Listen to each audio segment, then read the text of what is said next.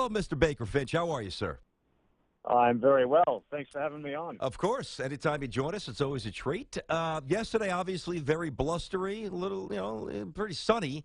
I'm hearing about some wetness, some rain. What's today? What's the conditions like so far in Wisconsin?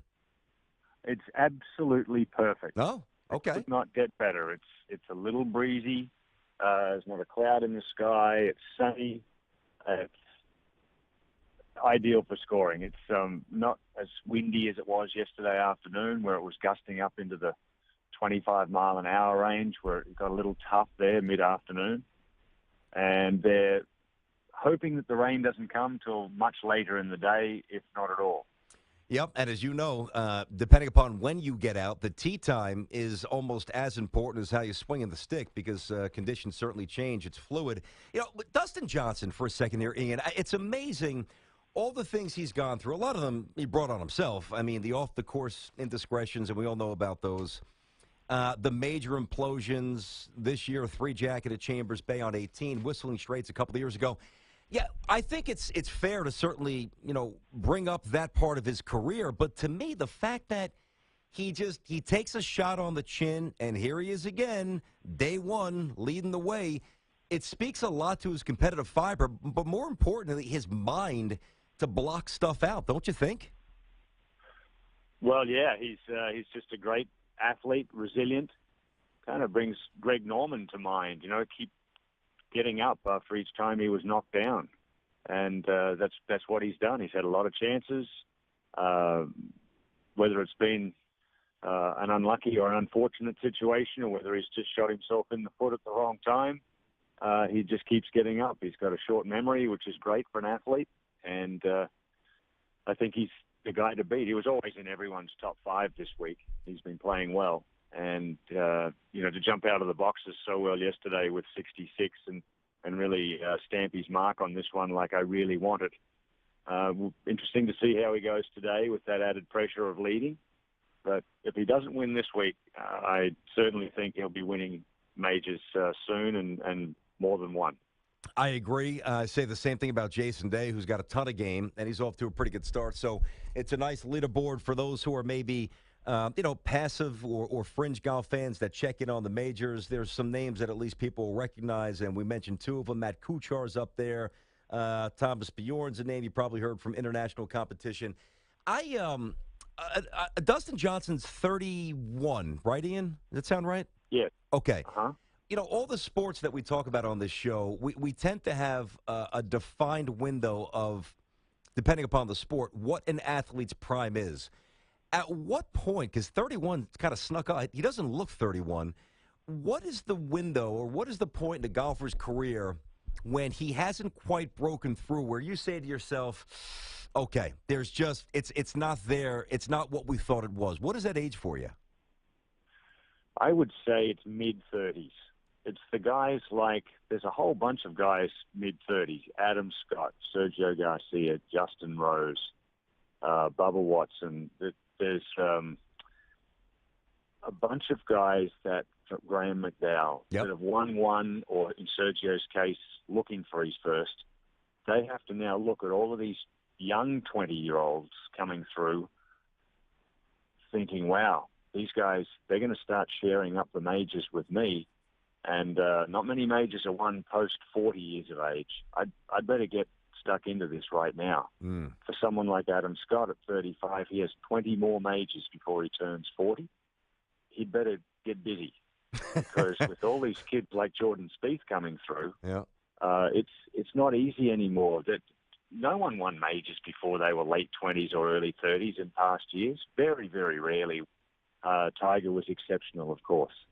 But now we have Rory McIlroy already with 4, and Jordan Spieth already with 2, and he's just turned 22.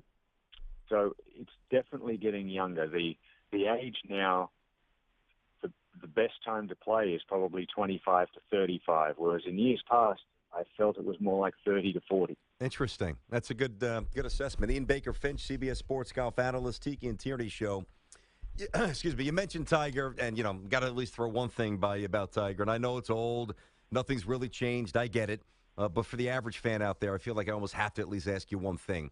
So I'll try to ask you something different about Tiger Woods. When I wasn't a golf fan, I was only 12 when Jack won in '86 at the Masters. I don't even know if my dad was into golf at that point yet. But obviously, I've seen the documentaries, the footage, a little bit of a lumpy Jack and certainly closer to 50 than he was 40. And a lot of people kind of use that as a parallel. Well, Jack won at the age of 46. Why can't Tiger Woods do that? I don't know enough about where Jack truly was at that stage in his career. I surmise he wasn't as lost as Tiger is now. Can you kind of close that gap? And is there any parallel between the '86 season for Jack and maybe where Tiger can go when he's in his mid-40s? Yeah, I know what you mean. Jack hadn't really been relevant. He hadn't gone away, but he hadn't won a major for 4 or 5 years when he did win. And it seemed unusual because even Jack wasn't really expecting to win. He had a 30 on the back nine to really take it out of the grasp of Tom Kite and Greg Norman and a few others. But now I think there's probably 10 players of that age. You're looking at Retief Goosen, Jim Furyk, Phil Mickelson, Ernie Els. Those guys, I think there's far greater depth now, and they're greater athletes. They've worked out better. They've kept their bodies in better shape. I think they're more prepared physically and capably to win in their mid-40s up to 50s. But they've got so many more youngsters behind them that they have to beat along the way. So it's not like the older guys aren't capable, really. It's just the competitive nature of the youngsters coming through. They're all expecting to win their majors in their 20s now. So that makes it harder. To keep your focus, to keep your confidence into your 40s is so difficult. And that's what's happened with, I don't think Jack ever lost his confidence, per se. I think Tiger has. And that, to me, is the big difference. Oh, I'm sorry. Go ahead. He's physically capable.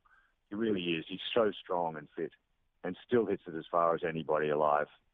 But his confidence is not at that point where he's thinking of winning majors. He's hoping to make the cut in majors. Yeah, it's so obvious that his mind has inexplicably melted. And I had to write something this morning for CBS Sports and a little 1-minute commentary. And one of the lines I used was, basically out of deference and respect for what Tiger's done for the game and the money he's put in the pockets of everybody, this generation of young guns, they still say the right things about Tiger. But if you injected them with truth serum and he said, all right, let's meet at the first tee anywhere, bring your ATM card, we're playing for as much as you want, they would run to the tee box to play Tiger. They all know they'll destroy him right now. Yeah, that's a good point. A lot of the youngsters, like, say, Justin Thomas, Patrick Rogers, the guys that are 21, 22, Jordan Spieth. Tiger was at his best from, say, 98 to 2008. That 10-year period, he was the most dominant player ever.